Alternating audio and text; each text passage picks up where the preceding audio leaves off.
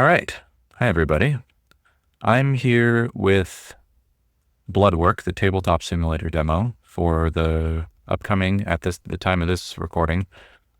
The game is about to go into crowdfunding. The game Bloodwork, without going too deep into what it is, I'm sure you can find a bunch of information if you landed on this tabletop simulator demo. It's sort of a skirmish style RPG, tactical combat board game. I'm excited to check it out. So just for some context, the campaign hasn't even launched yet. I have some peripheral information about this game. I actually met the creators at Gen Con recently, which was really great. They seem like really great people. And I am just trying to learn the game like anybody that's coming to the tabletop simulator demo and giving it a go. So at this point, I hope everybody can be a little bit patient with me. I have the rulebook open on the side. I've read through the main rules once. I have a general concept of how the game works, but there may be a little bit of learning as we go here. I'm hoping to have this kind of mirror someone just stepping into the tabletop simulator demo. So if somebody else is doing that, they can use this to follow along. So basically what I have here is just the tabletop simulator demo as if you opened it. The only one modification I've made here is to add the rulebook, which I think it was posted at the same time as the tabletop simulator demo. It's not part of the demo. You could have the rulebook open in another window, which I also have going on here, but I did this just to have it so I can look stuff up and show you all, and also just to have it here. So the way to do it, I'm not going to go through it in tabletop simulator demo, but you essentially go up to like objects and then just search for PDF, and it'll have an option for custom PDF. You can load the PDF. This thing's pretty big, so it took a little bit, but it worked fine. You can kind of click through it, and then it'll start out pretty small. So you can press the mouse over it and use your plus key to make it a little bit bigger. And then we have the rulebook here in Tabletop Simulator. So yeah, I'm just going to dive in. I'll try to pause if I have to actually look up something that's going to take a little bit of time, but otherwise you'll be learning along with me, and we're going to give it a go. Supposedly you can play this in under an hour in terms of a single mission. We'll see if that actually happens.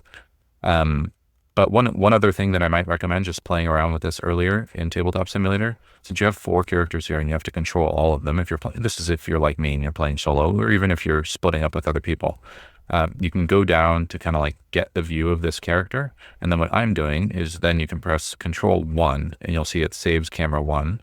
And then I can go over here to the second character and do Control 2, saves camera 2. And the reason I'm doing this is because some of the other characters are on the other side of the board, and so I'd have to be doing that every single time, coming over here and rotating my camera and everything to go look at and interact with the other characters. So I'm making this 3, and then I go over to the 4th character and I do Control 4, and then all you have to do is Shift 1 and it'll jump you back to camera 1, Shift 3.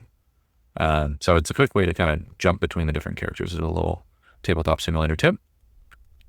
But yeah, otherwise, we can just dive into the game.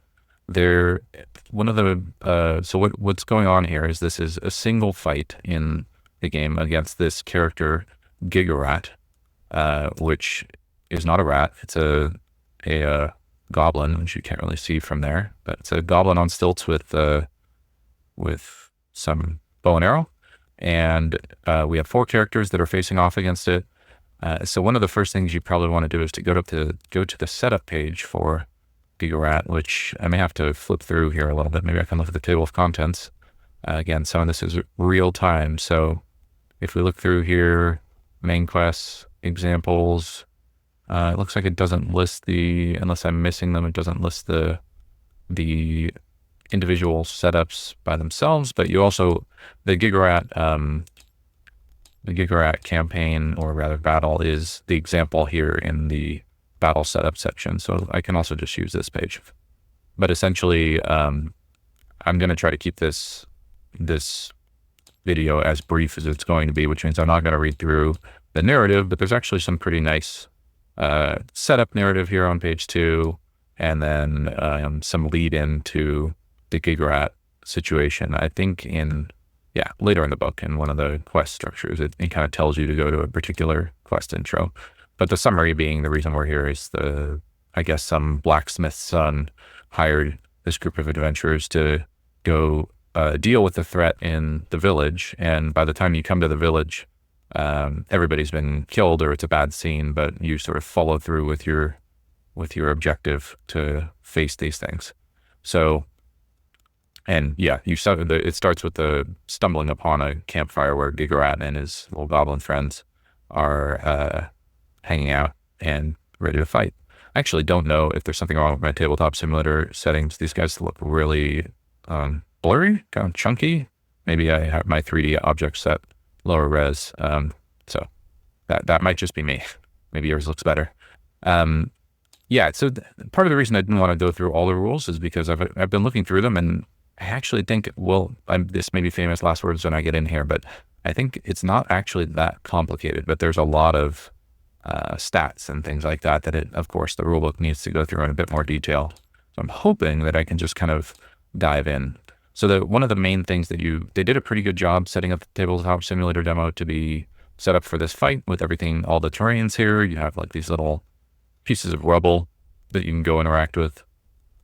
The one thing that they didn't do, and maybe this is because they can't really do it, is part of the setup here is to set up the fate deck. So the fate deck, as I understand it, you'll see on the next page here, building the fate deck, it always has 10 cards. So you basically take, in the setup of the battle, it tells you how to set up the fate deck. So here it says, take 5 cards from Gigarat, the unhinged fate cards.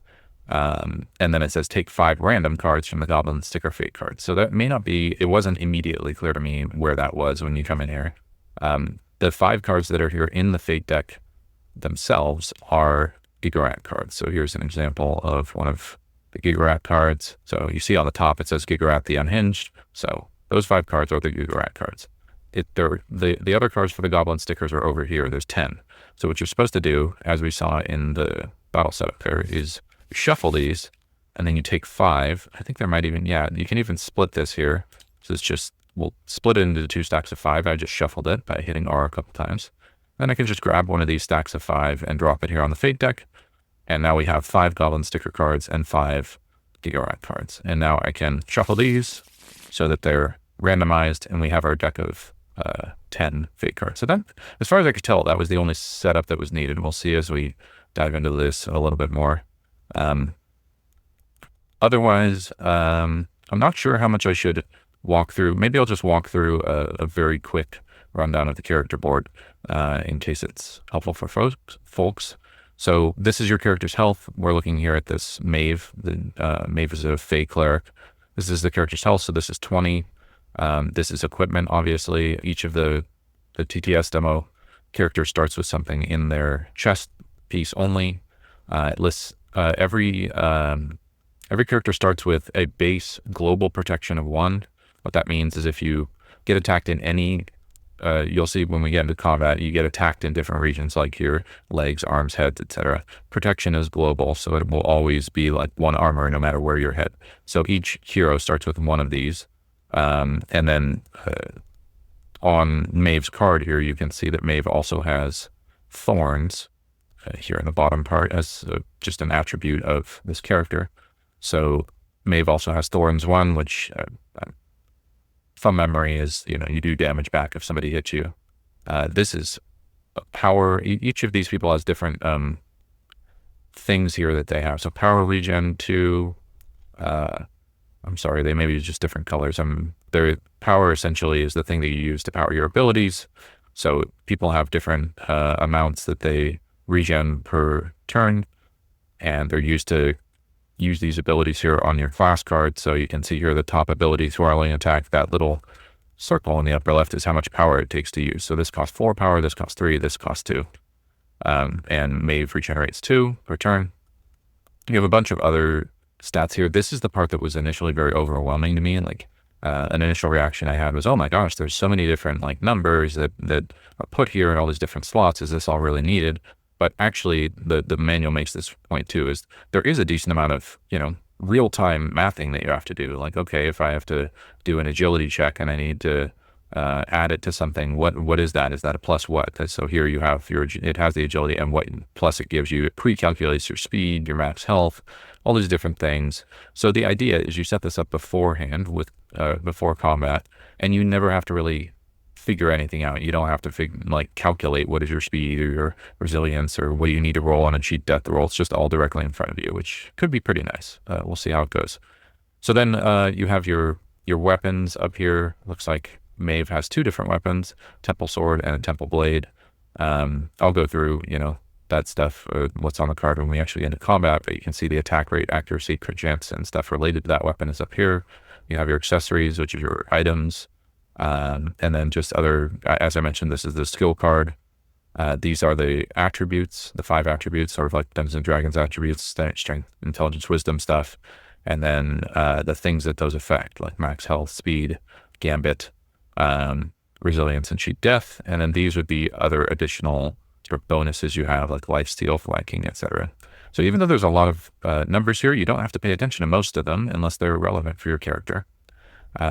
We'll see. Hopefully this will be a little bit streamlined. So it does mention you have to play all 4 characters. I think in the campaign, as somebody that enjoys playing solo, at least some of the time, they mentioned that they will be going to have some companions down the line, which might be something like that, like simplified other characters while trying to retain the tactical depth. Just a sort of quick tour of the rest of the stuff that's in Tabletop Simulator. Of course, we have the board here in the middle. This is the section for the boss, which is currently Gigarat with his, here's his health 30. And this is again, like pre-calculating a bunch of the different stuff you might need to know for him. This is his, I think it's in rage, like how you'll have a count up of time where eventually the boss will enrage and become harder. It's sort of a pressure to have you deal with him. So that counts up here. You have this item here that he will equip and be using, but then you can actually get it, and if you defeat him, and actually get its effect. Then you have the other enemies that are here on the board, color-coded. So you have some Goblin Wreckers here, 3 of them. So orange, blue, and red with their health, and then the Goblin Stickers with orange, blue, and red with their health. So and you can see them here in the center. I think in the final game, they'll just have minis with rings around the bottom, but they've color-coded the minis here in this. Yeah, and then up here you have some status effect stuff. These look to be negative status effects that you can pull out of these chests.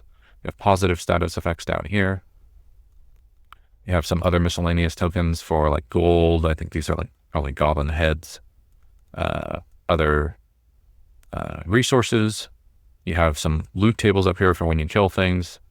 And then some accessories items up here. The blacksmith. I'm actually not sure why this is up here because there is a whole town phase to this game, but I think for the purpose of this demo, you're just dealing with this combat.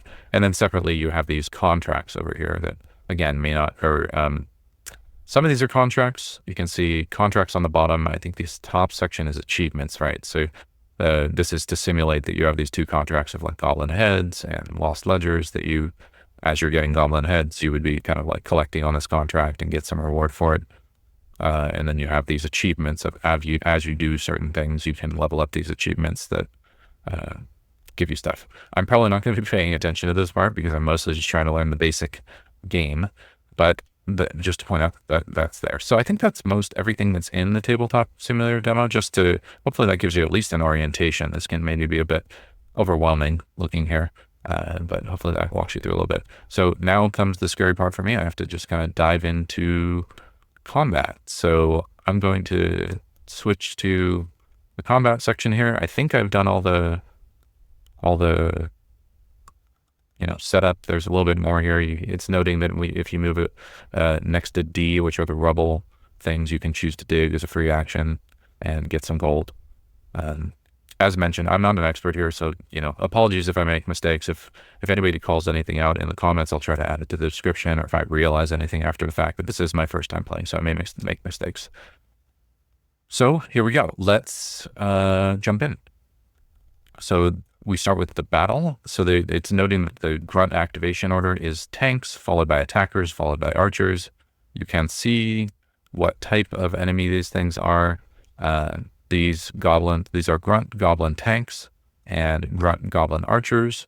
So I believe that means the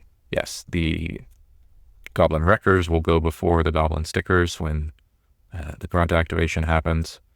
And then you have, for mercenaries, when your characters are going, they have 3 actions available to spend per activation. You have, maybe this is better, movement, attack, and skill. So attack is just a general attack with your weapon. Skill is to use one of the skills on your card. And you can do, so normally you would be doing one of each, right? Move, attack, skill. You can swap out one of your attacks for another skill. So you could do a movement and 2 skills if you like, if you happen to have enough focus, etc. And it says you can't use the same skill twice in one activation. It also, as a little caveat, you can't do your movement last. It has to be in the middle of your action, either in the middle or at the start of your action. And it says that it's an intentional design choice to have you move strategically and commit to your decisions rather than like doing something and then moving afterward. Yeah, so that's the overview of doing things. There's also some miscellaneous actions, performing an attack. We'll get into that when we actually attack something. But I think we are good to go. So I'm trying to find if they have a nice flow of combat here. I don't think they do. So my understanding of how this works is you basically just draw a fake card and just follow the instructions. So I think it'll say here, these phases can be in any order. Sometimes the mercenaries attack first, sometimes the boss does stuff. So let's do it. We just grab the top fate deck card here, flip it over, and, well, I'll zoom in with Tabletop Simulator Zoom by holding down Alt. So the way that this works is I want to point to stuff, so maybe I'll zoom in. The way this works is the orientation of this card matters, meaning like what is at the top versus what is in the middle versus what is at the bottom. So I'll have to look at this again, but I think these little more elegant things on the edges of the text mean this is the boss. So essentially the boss would take an action here first. They would attack the lowest health enemy. And then when this picture shows up, that means the mercenaries go. And then here at the bottom, I believe the grunts will go. So this is basically showing that the boss goes first, then we go, then the grunts go. And this could vary based on the turn. So we're going to start with, I'm going to double check that real quick, that the little fancy thing is the boss going first, but I'm pretty sure. So if we look here, yeah, they have the leader activation is number 4 there. So it's indicating that is the leader. So that means Gigrat's going to go first. Line of sight is a thing here. You can see there's all these terrain here. You can actually climb up onto these locations, which maybe I'll do with our ranger person. But this card is saying that Gigrat goes first. So essentially this is quick shot. And what's interesting here is it doesn't really like say specifically what happens. It just tells you what they're doing. So attack the lowest health enemy. So that I can look here and see Holbjorn, our sort of big tank dude, has 35. Our cleric has 20. This ranger person has, I can see up here, 25. 15 for Mary. So it seems like he will try to attack Mary. Mary is a fairy person up here. For some reason, when I zoom in, it shows me the back of their miniatures. So Gigrat's going to try to attack Mary. So we can look at Gigrat's stats. Gigrat has, I'll zoom in here so I can point at things. The upper left of the card is the range, if I recall. I'm going to go to the section where it explains what's on these different cards and what the different symbols mean. I'm scrolling incredibly slowly. Apologies for this. Mercenaries, I should just be showing in the manual. Yeah. Well, yeah. So you're not staring at nothing. I'm going to go to the manual here and put together. So we can see skill cards. There's a symbol list actually at the end, which may help. but the combat reroll, name, attack rate, mood.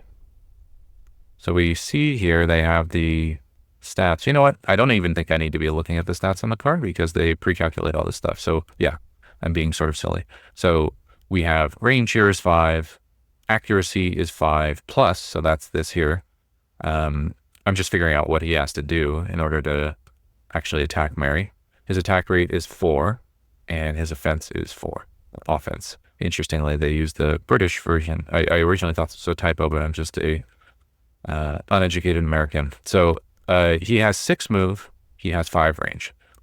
Enemies, you can actually attack beyond your range in this game, but you lose accuracy for each one that you do.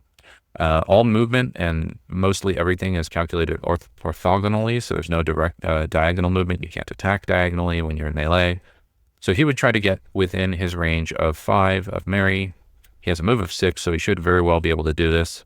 Let's count the number of squares. So if he moved here, this would be 1, 2, 3, 4, 5. Still wouldn't be able to reach him. So it says in the manual they'll always use sort of the shortest path to get into range. So I believe he would go 1, 2, 3, 1, 2, 3, 4, 5, and this is sufficient to hit. The way you calculate line of sight is you take any corner of the character that's trying to shoot, and you draw 2 lines to any 2 edges of the character they're trying to shoot at, and if both of those lines are not blocked by anything, then you have clear line of sight. If they touch another unit, then you don't have line of sight. If they touch terrain, there's a whole, we'll see if we'll get in that situation, but essentially like you can have partial cover from terrain if one of the 2 lines is blocked, but the other one is not.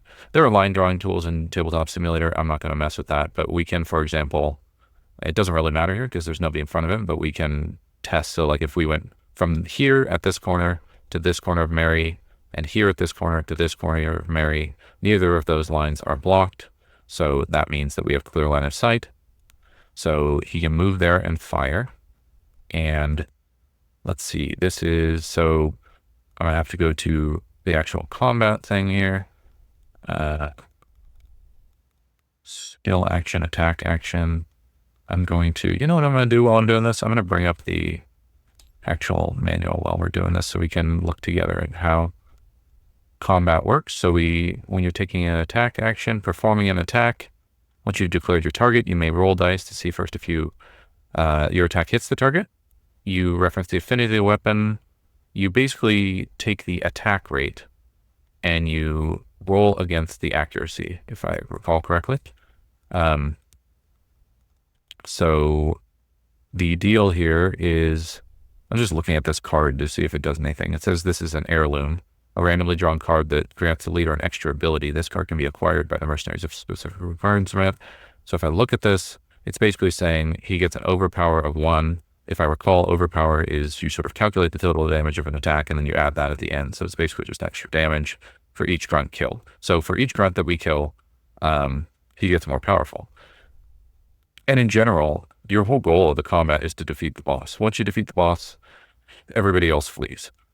So, and the fact that the boss gets stronger the longer he's alive, or rather when you reach a certain point, which we can look here with Gigarat, is it says E6. So that means when he reaches 6 on this meter, he's going to go to enraged mode and get more powerful. So there's a lot of incentives to attack and kill the boss first, but of course, if you leave the other enemies alive, they'll be attacking you. So there's sort of a trade-off there of what you want to do.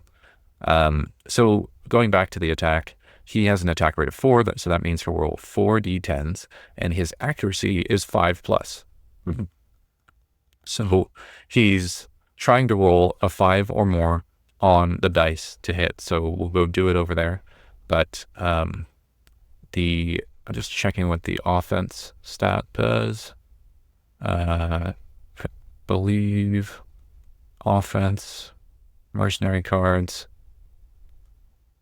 This should, a lot of the stuff to learn what stuff does is in the mercenary area, and then you can just extrapolate that. So here, offense, the amount of damage. Oh my goodness. Okay.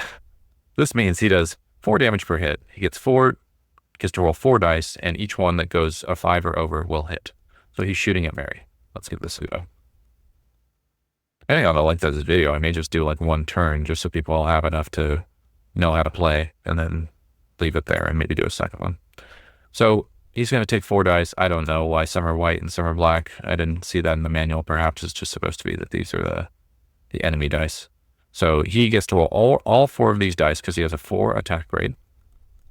So another pro tip for TTS, if you don't use it very often, is you can highlight the dice, and then you can tap R. And I usually tap R a bunch to make sure that they spin adequately, and then you let go.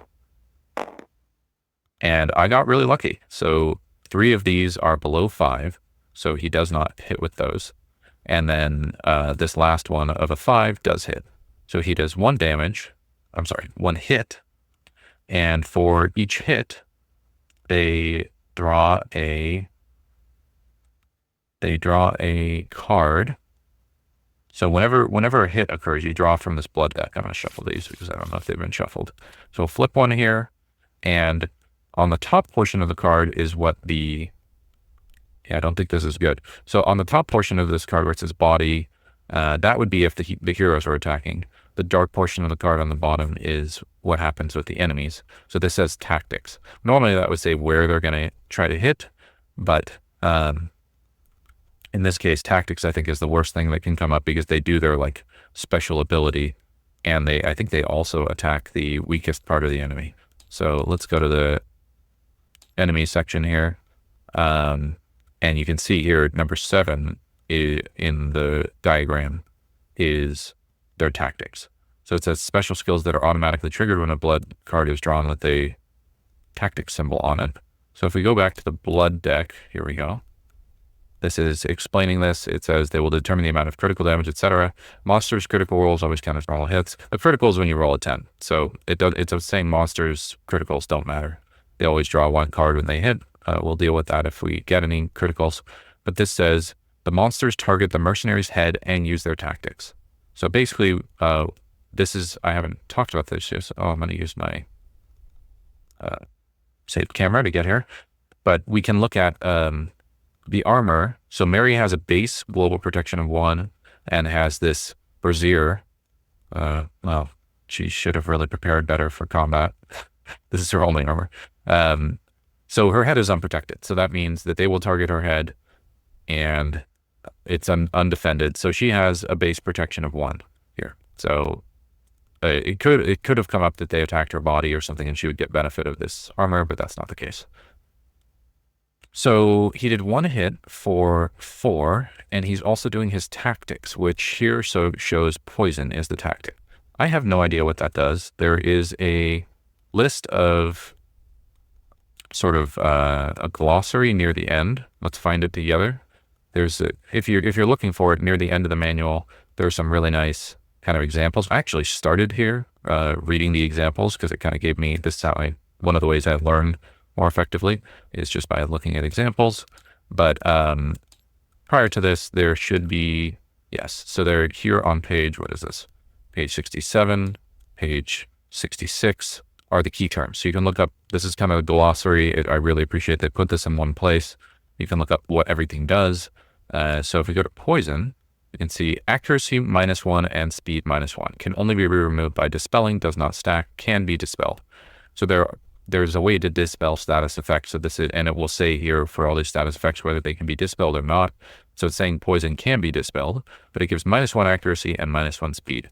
So I'm going to grab a poison status effect, which I'm hoping is over here. I don't see it. Let's look at this status effects thing here. Yeah, this is interesting because we have immobilize, knockdown, burn, expose, defense down, disarm, slow. But I don't see poison. I don't know where poison is. Let's check these other tokens over here. And it shouldn't be here because these are the resources. So yeah, I might reach back to the developers around this because I don't see all the status effects on this card. You see they're all here. And many of these that we said immobilize, defense down, exposed, slow are here on this list, but poison is not. So I'm going to use some proxy just for the moment because I don't know if these resources are really relevant. What is the most poisonous that might be relevant from here? I'll use I don't know. This gem looks like blood. So another tabletop simulator tip, you can do Control C to make a copy of this thing, and I will just drop this in Mary's stat effects down here to show that Mary is poisoned. And we need to remember that Mary now has -1 speed and -1 accuracy until that's handled. Also, while I'm here, I'm going to see if there should be a list of, effects or sort of symbols and things like that. I'm seeing that some of the characters start with this symbol in their status effects. I don't actually know what that does. So apologies there. I don't see it on the list of symbols here. So not sure what to say there. It probably, if you look, most of the stuff that's on a character's mat comes from their setup here. So I would guess that that's either flying or evasion +1. Maybe it's flying. I see that Maeve also has it. Oh, maybe that's thorns. Yeah, that looks like the same symbol. They both have thorns +1. So my guess is that that's thorns. Anyway, so she's poisoned. Going back to the damage, we had 1 hit for the offense rating of Gigarat, which is 4. No other bonuses that I see. No armor from Mary, but we do get to remove 1 for her global protection. There's a formula here for this. Let me see if I can find it quickly. They have this damage formula on page 17. So you take number of hits, which we had 1 hit, times the offense, which was 4, offense, 4, plus critical damage, none of that, no overpower, no spell overpower, minus armor, and her protection is part of her armor. So she has -1. So that counts to me of 3 damage, 4 for the offense, -1 for her protection. So she takes 3 damage. I will go back to my loaded camera here. She's really weak, 15 hit points, so this is not great. She goes down to 1. I'm sorry, goes down to 12. And that was Gigarat's full attack. He poisoned her and did 3 damage. So now that was the boss going. So we can go back to this fate card and look at what happens next. We now go to our mercenary's turn. It says in the manual that if I'm remembering everything correctly, you can have the heroes go in any order that you want. Gigarat is now kind of far away from my other bros here, so they may not be able to get to Gigarat. I know Mary, if I recall, has a very exciting ability, the Fireball, which attacks with an AoE. I'm actually confused why let me look up power real quick, because I'm seeing that, Saren has a 3 power regen, but is starting at 1. Mary has a 2 power regen, starts at 2.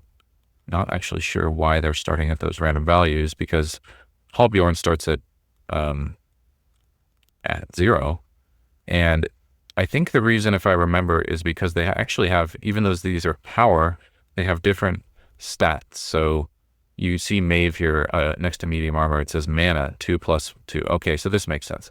Yeah, there's a section in the book where they explain these different types of power. Each of the different heroes in the demo has a different type of power. If I recall, there is, this power regen bar. I'm going to try to find where it explains these 3 different types of power.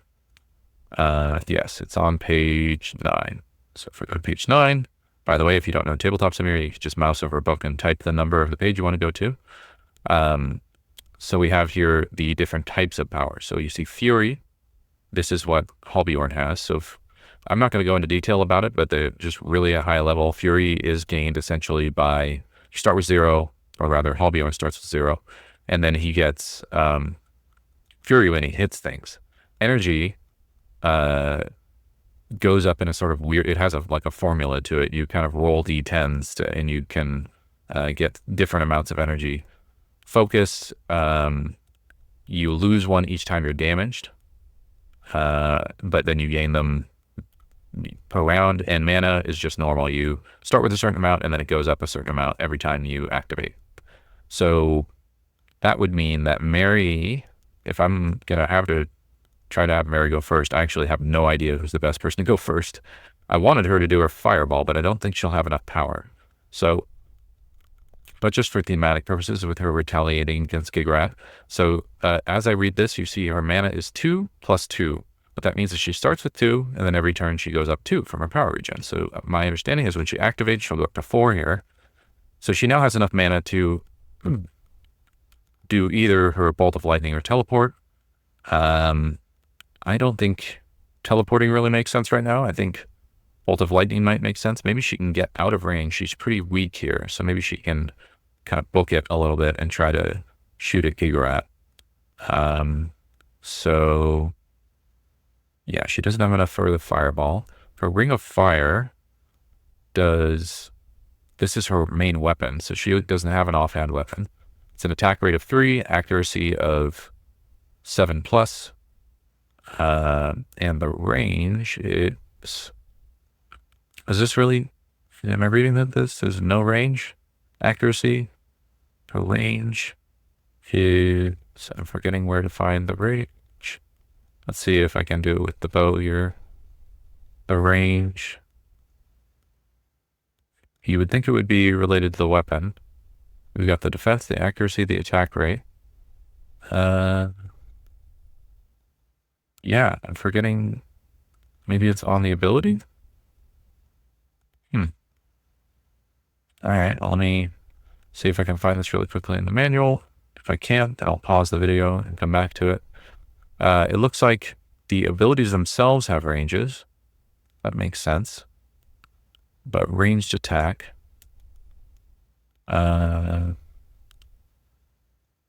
Range. How many squares? Oh. Okay, my bad. I got confused thinking this first thing was the same as attack rate. So the range is this first stat here. So the Elven Bow has a range of 4. It's just interesting that they kind of extract everything else out into these things, but range is not, unless I'm missing where it goes, it's not pulled out into a stat here that I can see. So Mary has a range of 3 with her Ring of Fire. That's this first stat, and an accuracy of 8, which is impacted by her something else. The accuracy is actually a calculation that you can have that is impacted by other stuff. I think it's because she has very high agility. Yeah, so they pre-calculated all those for you, so you don't have to worry about it. But as you level your stats, you get sort of improvements on different things. So you can see Mary has an accuracy of 6. I'm sorry, agility of 6, which over here gives an accuracy +1 across the board. So that's why she has 7 accuracy instead of 8 for her ring. So again, this is why this pre-calculation in my mind is kind of nice, even though it adds a lot of stuff to the board. It's confusing. You would have to be calculating all this stuff on the fly if you didn't have this. So the nice thing here is if you raise your stat, you can just go adjust everything that's necessary, and then just know in combat. You don't have to figure it out.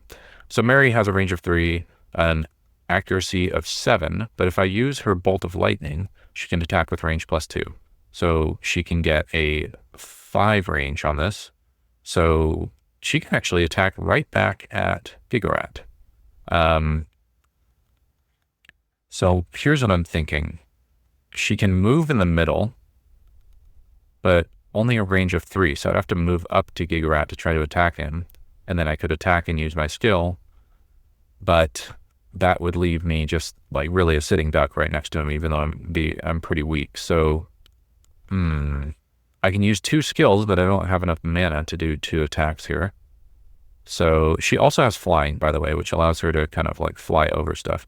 Oh, she also has evasion +1. I wonder if that would have made an impact on what just happened. Let's maybe do a little bit of retconning here and look up what evasion is. Because I think evasion, yeah. So this is on page 12. So I have a PDF open to the side, but maybe we can look at stuff together. So evasion, it says allow the mercenary to potentially dodge part or all of an attack. Roll XD10 to evade hits that target the mercenary, with X being the mercenary's evasion. So I forgot to roll an evasion here. To avoid a hit, the roll needs to be equal to or higher than the mercenary's evasion chance. It starts at 10 minus the mercenary's luck. So if we look at Mary again, we can see that Mary has an evasion of Where is the evasion? It's down here. So she gets to roll 1d10, and her evasion chance is A+. So she gets to roll, and I don't think everybody has this. Like, I don't think Bjorn has evasion at all because it's a big lug. So yeah, no evasion. This is Mary. It's kind of cool. So Mary, being fragile, has evasion. So I will roll a 1d10 here, and I'll highlight it. And just R. If I get an 8+, then she takes no damage. Oh my gosh, I got an 8. So actually, take that back, takes no damage. The question is, does she take the status effect? Let's see what it says here. Part are all of an attack. The player may choose which hit to avoid. It cannot have more than 3 evasion. Evasion cannot be used to avoid attacks that don't target the mercenary, such as AoE attacks. I mean, thematically, I would say she doesn't get poisoned because she evaded the attack, but I don't know if this says anything about that in the tactics or anything. Tactics. Let me just quickly check the tactics here. Skill name. Mercenary cards. No, this would be probably on the actual, like, drawing the blood cards, the blood deck. It just says they use their tactics. And if we go back to the enemy card, it should highlight the tactics, which is tactics. I'm not going to spend time looking for this. I'm going to say thematically that she doesn't get hit by the poison. So I demonstrated how a status effect would work, but I'm rolling that back. She didn't actually get hit by anything, so she goes back to 15 health. But I demonstrated how a hit works. Given the length of this video, I'm probably already close to, let's see what my time is here. I'm probably close to, it's already been 41 minutes. So I'm just going to finish Mary's turn, and maybe this will just give a flow of how things work. So I'm still stuck with this piece of she has a range of 3, she has a move of 5.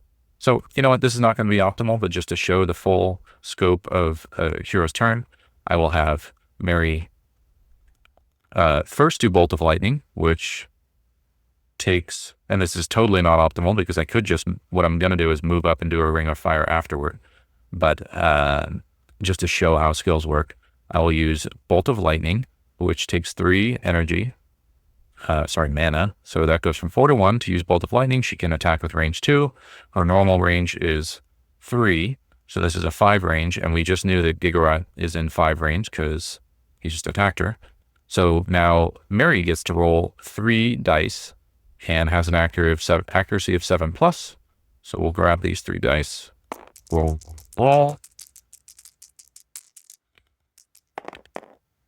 and 2 hits. So even though you get 2 hits, this is with mercenaries, even if you get 2 hits, you only still draw 1 blood card to see where you hit.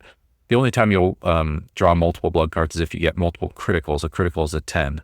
So if you got multiple 10s, then you could draw multiple cards. But we will just draw 1 card here and see where Mary hits. So unfortunately, Mary hits the body, which is probably the most protected place. That second tier down is how much damage you would do, extra damage you would do if you criticaled, but we didn't. So Mary did 2 hits to the body of Gigarat. So now we can look at Gigarat's sort of stats down here. And I can't point again unless I zoom in. So just to show you where the body is, yes, this is of course the worst one. Gigarat has 3 defense on the body, 1 on the head, 2 on the arms and legs. So that's 3 armor against Mary's 2 hits, which each did 3 offense. And by the way, Mary has thorns, which I didn't look up whether that would, that's when she's attacked from melee, she does slow. I'm not sure if ranged attacks get thorns. Maybe I should have thorns Gigarat when he attacked me, but I dodged anyway. So I'm doing 2 attacks here so that would basically 2 attacks times 3 offense is 6 damage. And then I remove Gigarat's armor, which is 3. So 6 damage minus 3. So he takes 3 damage. So I will reduce his health from 30 to 27. So that's Mary's first attack. That was a skill. So then she can move. Again, this is super not optimal, but just for demonstration purposes, she can move 2. Her move is shown here. She has a move of 6. This is why this is super not optimal. What I should actually do is just like, I was thinking about just lightning bolting and then just getting the heck out of dodge because she's kind of fragile. But just to show a full turn, she is going to move up part of her movement. She doesn't have to move her whole movement. And then she's now within range of 3 of her Ring of Fire. Thematically, she's just really mad at Gigarat and just wants to let him have it. So this will be essentially the exact same attack. This isn't always the case because a lot of these skills would do something different, but this Bolt of Lightning just gives me a normal attack with range 2. So I'll do that exact same thing again. Roll her 3 attack dice. And this time, I think she only gets 1 hit because she rolled a 7. Her accuracy is 7+. So that does 3 damage. Let's see where she hits. Hopefully it's not the body. She hits the legs, which interestingly inflicts slow. So Gigarat has a defense of 2 on his legs. We did 3 damage. So he takes 1 damage here, goes down to 26, and he gets slow on him. We can look at what slow does. If we go to, what was it, 66 is the key terms.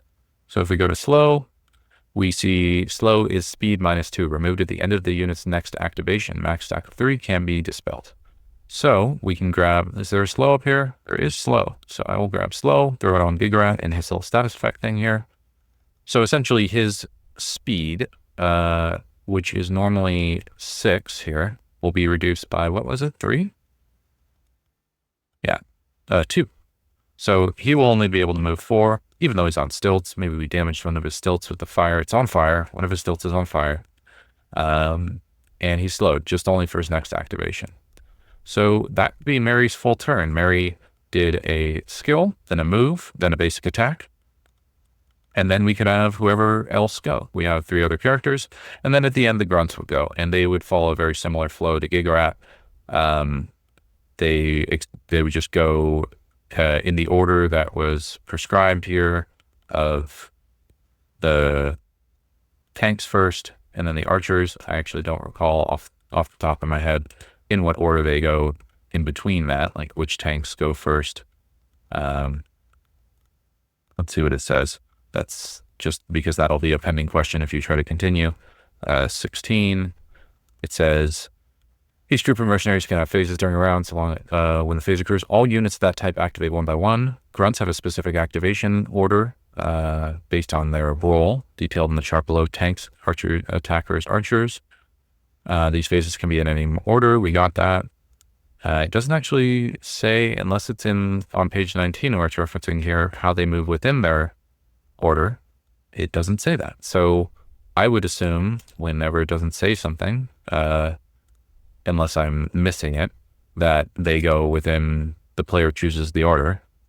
So but you would need to make all the tanks, all these guys move first, and they're, as a reminder, what they're doing here in this fate deck is they're just attacking the closest enemies. So the grunts would try to get, the tanks would try to get up to the closest enemy, because I'm assuming they have a range 1 attack. Yes, they do. And then the stickers would go try to get to the closest enemy and shoot at a range of 3. And they would all just go. So I think that hopefully covers most of the general flow of things. Obviously, each of these characters has different abilities, things like that. This obviously would have taken me much longer than an hour, but I've been like talking through, explaining everything, looking at rules, etc. This terrain, the rubble, etc., provides line of sight blocking, as do these houses. But you can actually climb up to the upper levels of these terrain here that have different heights. So these houses, you can go up here, and when you're up here, I believe you get extra accuracy and extra range, if I recall. And then if you're high enough, then other enemies have reduced accuracy toward you. So that might be something I would do with my ranger or archer, is try to run them up one of these things to shoot at them. So basically that would be the flow of the combat, I suspect, is we would continue to go through. If we got to every round that we went through, or turn rather, every time we did a new fate card, we would increase Gigarat's enrage timer. Once he got to 6, then bad things would happen. So some incentive to drop him early. And yeah, then otherwise there are these little rubble we could go here and inspect.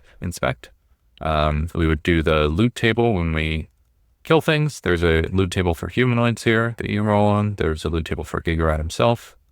There's, of course, rules around that. There's like stats that allow you to roll multiple times on the loot table, things like that. But hopefully that gives a high enough overview. As another note, each person here has just, as a little bonus, they have a heal for 5 and discard item.